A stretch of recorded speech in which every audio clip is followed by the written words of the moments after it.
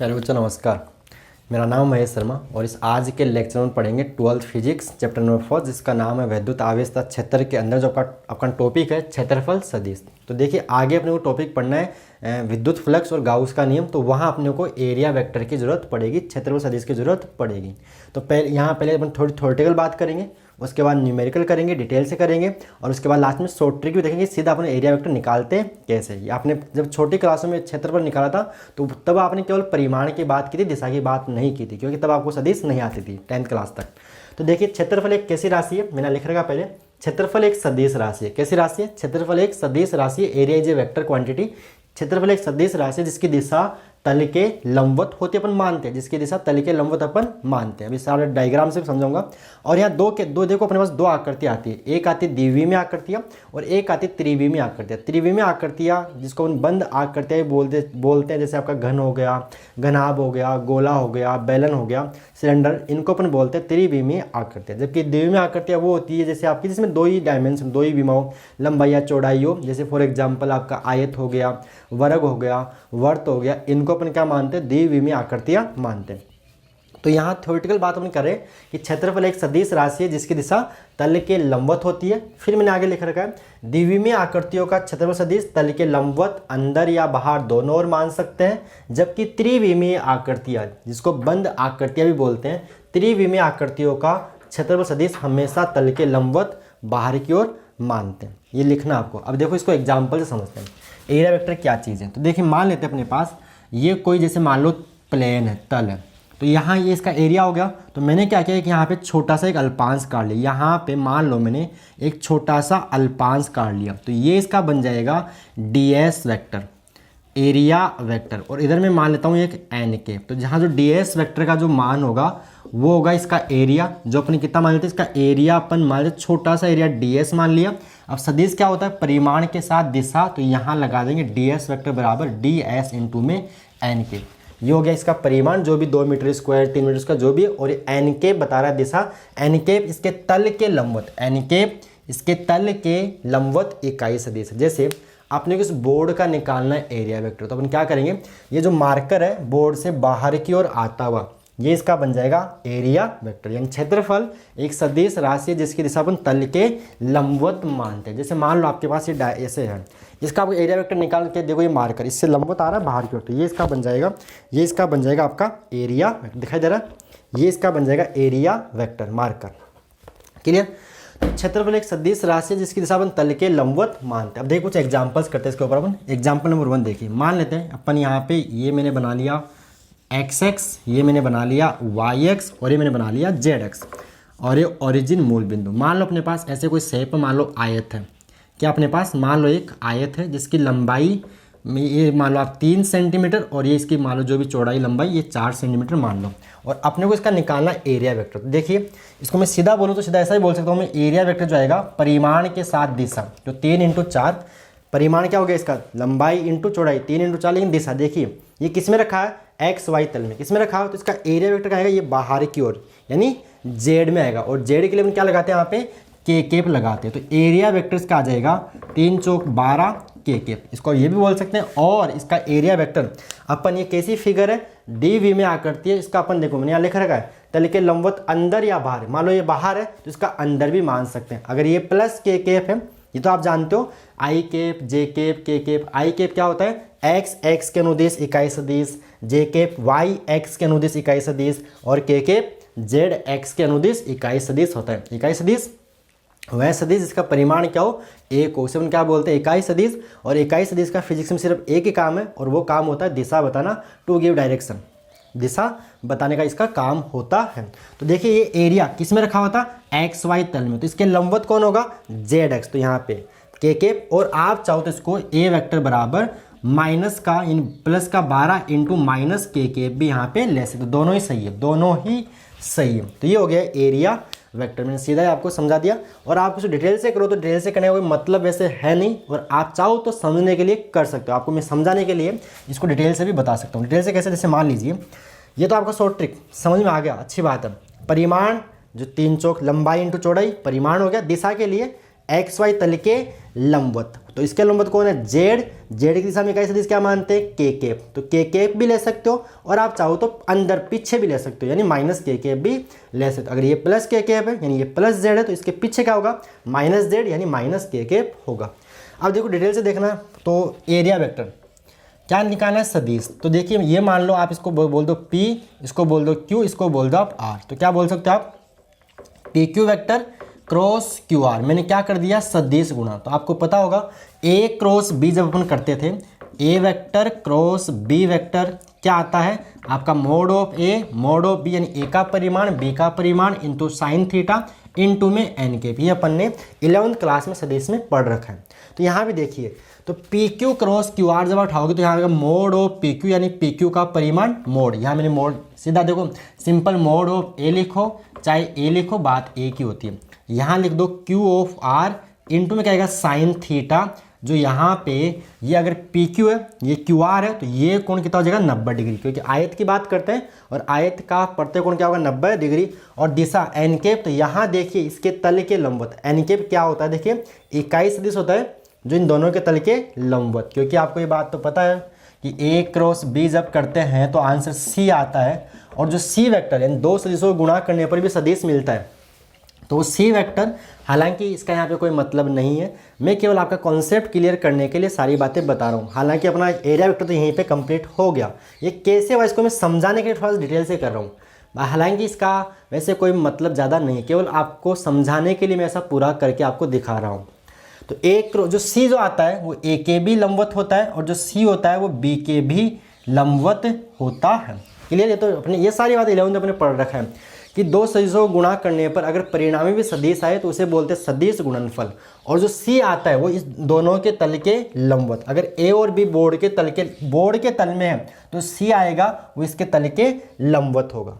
तो ये N cap. तो यहाँ देखिए इस एक्स और वाई, तो एक्स वाई के लंबवत कौन होगा? जेड, यानी यहाँ क्या आएगा आपका? के कैप। तो क्या आएगा? देखिए के कैप, तो P मोड ऑफ Q, यानी Q का परिमाण कितना है? 3 इंटू में 4, और साइन 90 कितना जो 1 इंटू में के कैप। तो ये आपको वापस से मिल गया 12 के कैप, यानी मैंने यहाँ सदिश से करके आपको दिखा दिया। और आप चाहो तो देखिए इसको, देखो ये तो आ गया 12 के माइनस 12 को को माइनस 12, यानी 12 इंटू माइनस के कैप को भी आप इससे प्रूव कर सकते हो। कैसे? डिटेल से बता रहा हूँ समझाने के लिए। आ रही बात समझ में? देखिए अगर आप करो, मैं पूछूँ A क्रॉस B बराबर क्या आता है आपका? बराबर आता है आपका minus B vector cross A vector. अगर देखिए A क्रॉस B अगर बाहर है तो B क्रॉस A अंदर होता है। यह आपने 11th में पढ़ रखा है। तो देखिए यहाँ पे अगर मैं भाई लंबाई इंटू चौड़ाई करना है, PQ क्रॉस QR ना करके मैं अगर RQ क्रॉस QP कर लूँ, तो मान लो अगर इसको मैं ऐसा कर लूँ, मैं इसको ऐसा कर लूँ कैसा कि A वेक्टर बराबर भाई लंबाई इंटू चौड़ाई करना है, मैं पहले लिख लूँ RQ को सदिश मान लिया मैंने, RQ वेक्टर इंटू में मैं QP वेक्टर कर लूँ, इंटू में मैं QP वेक्टर कर लूँ। तो यहाँ क्या होगा? देखिए यहाँ क्या होगा? देखिए PQ क्रॉस QR। अच्छा एक बात यहाँ थोड़ा सा मैं आपको कन्फ्यूज़ कर देता हूँ, वापस कन्फ्यूज़ नहीं करूँगा, समझाऊँगा पहले कि ये A वेक्टर और ये B वेक्टर। डिटेल से मैं पूरी सदिश की बात यहाँ पे कर लेता हूँ, सदिश गुणनफल की। ये कोण थीटा है, तो आपको A क्रॉस B की दिशा निकालना तो आती होगी। कैसे निकालते थे अपन? A क्रॉस B की दिशा निकालते हैं। कैसे निकालते हैं कि A से B की ओर छोटे कोण पर अपन क्या घुमाते हैं? दाएं हाथ की अंगुलियों को घुमाते हैं, तो अंगूठा A क्रॉस B की दिशा को बताता है। अंगूठा A क्रॉस B की दिशा को बताता है। और B क्रॉस देखो यहाँ पे A, और वो भी छोटे कोण पे। A क्रॉस B कहाँ आ रहा है? बाहर आ रहा है, तो B क्रॉस A कहाँ जाएगा? अंदर जाएगा। अगर A क्रॉस B देखो अंगूठा बाहर आ रहा है, तो B क्रॉस A कहाँ जाएगा? अंदर की ओर जाएगा। तो यहाँ दिशा की बात कर लेते हैं। अगर आपने PQ क्रॉस QR किया तो PQ से QR की ओर, PQ से QR की ओर अंगुलियां घुमाओ, कहाँ जा रही है? अंदर। तो यहाँ आप यूज करो माइनस के कैप। ये दूसरा वाला प्रूफ हो गया। क्या यूज करोगे यहाँ पे? माइनस के कैप यूज कर लो। तो ये आपका आ जाएगा 12 माइनस का के कैप। दूसरा आंसर आ गया। अब देखिए यहीं पे अपन PQ क्रॉस QR ना करके RQ क्रॉस QP भी तो कर सकते हैं। RQ क्रॉस QP भी तो कर सकते हो। देखिए ये क्या है आपका? मोड ऑफ RQ इंटू में मोड ऑफ QP इंटू में इन दोनों के बीच का कोण साइन थीटा, तो यहाँ पे साइन 90। अब देखिए दिशा की बात करते हैं।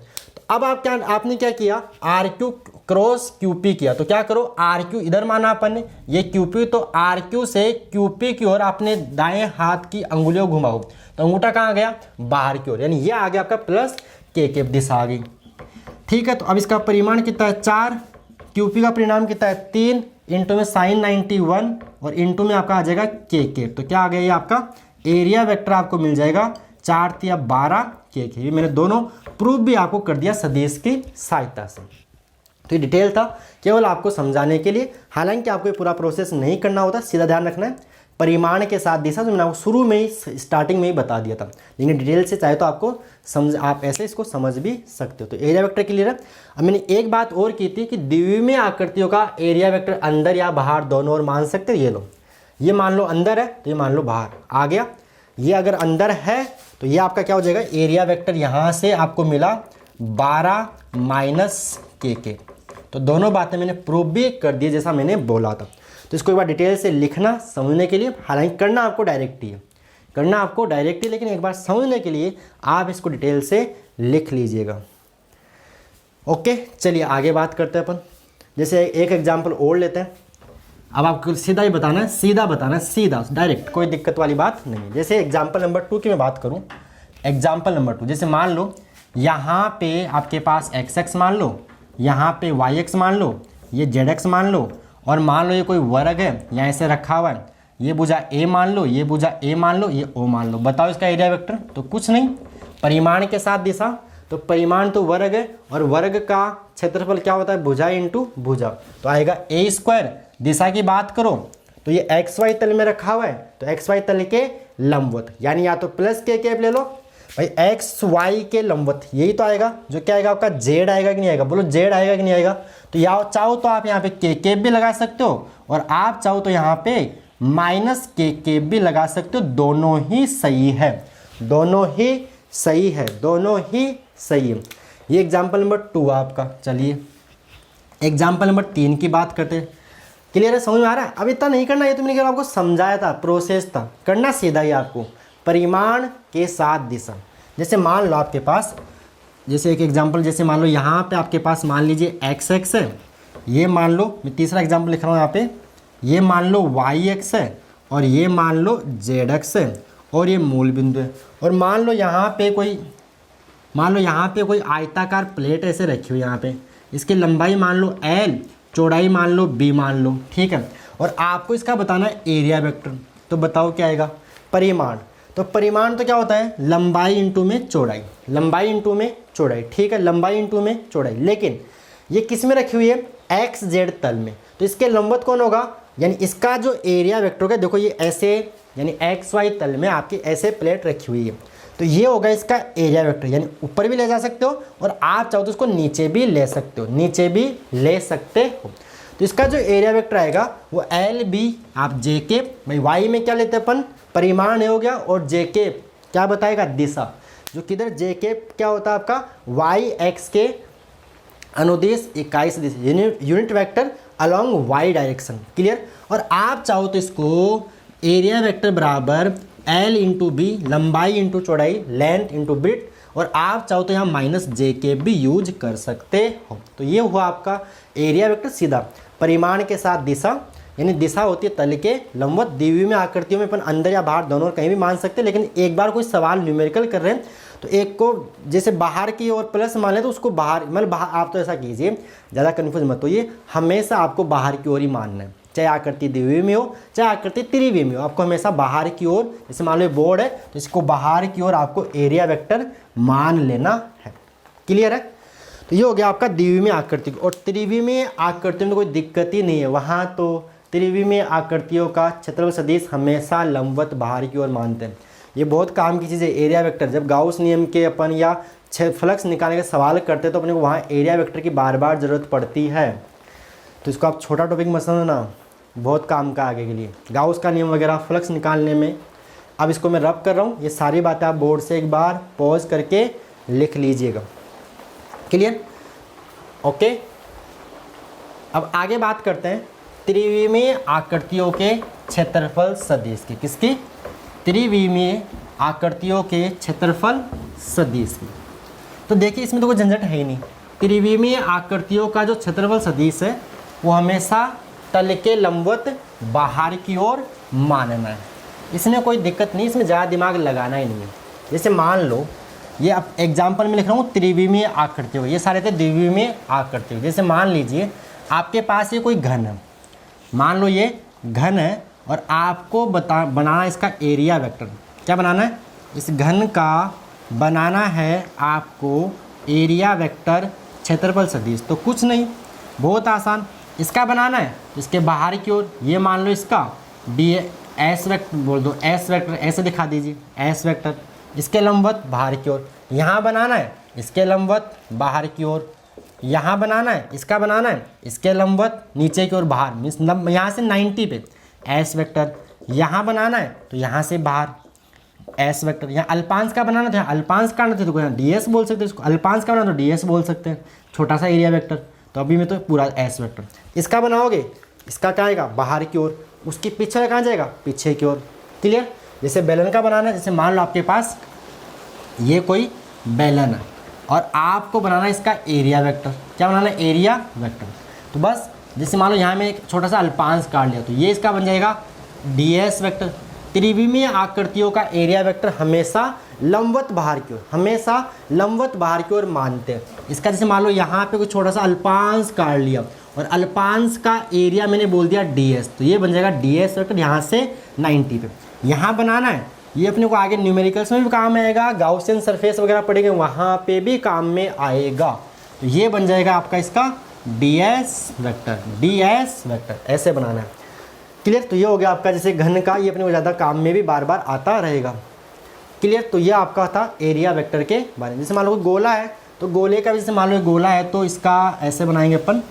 ये जैसे मान लीजिए गोला है, इसे अपने पास गोला भी कैसे होगी? त्रिविमीय आकृति। इसका एरिया वेक्टर बनाना है तो इसके लंबवत बाहर की ओर, इससे लंबवत बाहर की ओर। यहाँ बनाना है इसके लंबवत ऐसे बाहर की ओर, कहीं बना सकते हैं अपन।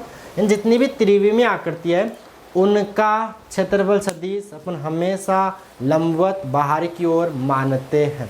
छोटा सा टॉपिक लेकिन बड़े काम का न्यूमेरिकल्स के लिए। गाउस नियम के अंदर गाउसियन सरफेस वगैरह जब चुनेंगे अपन, डेरिवेशन करेंगे आगे, जैसे अनंत रेखीय आवेश के कारण वगैरह, गोलीय खोल के कारण या किसी अनंत चादर के कारण विद्युत क्षेत्र की तीव्रता की, तो वहाँ अपने को बार बार एरिया वेक्टर की बात करनी पड़ेगी।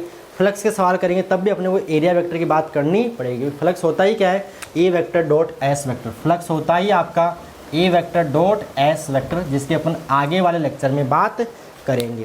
तो ये था आपका छोटा सा टॉपिक एरिया वेक्टर का। तो आई होप आपको समझ में आया होगा। अगर आपको वीडियो अच्छा लगा तो वीडियो को लाइक कीजिए, चैनल को सब्सक्राइब कीजिए, अपने दोस्तों के साथ भी शेयर कीजिए। मैं कोशिश करूँगा कि आपका जो आपका आरबीएस का सिलेबस है, जो 9 चैप्टर बचे उनको पूरा करवाने के एग्ज़ाम से पहले। ओके प्यारे बच्चों, धन्यवाद।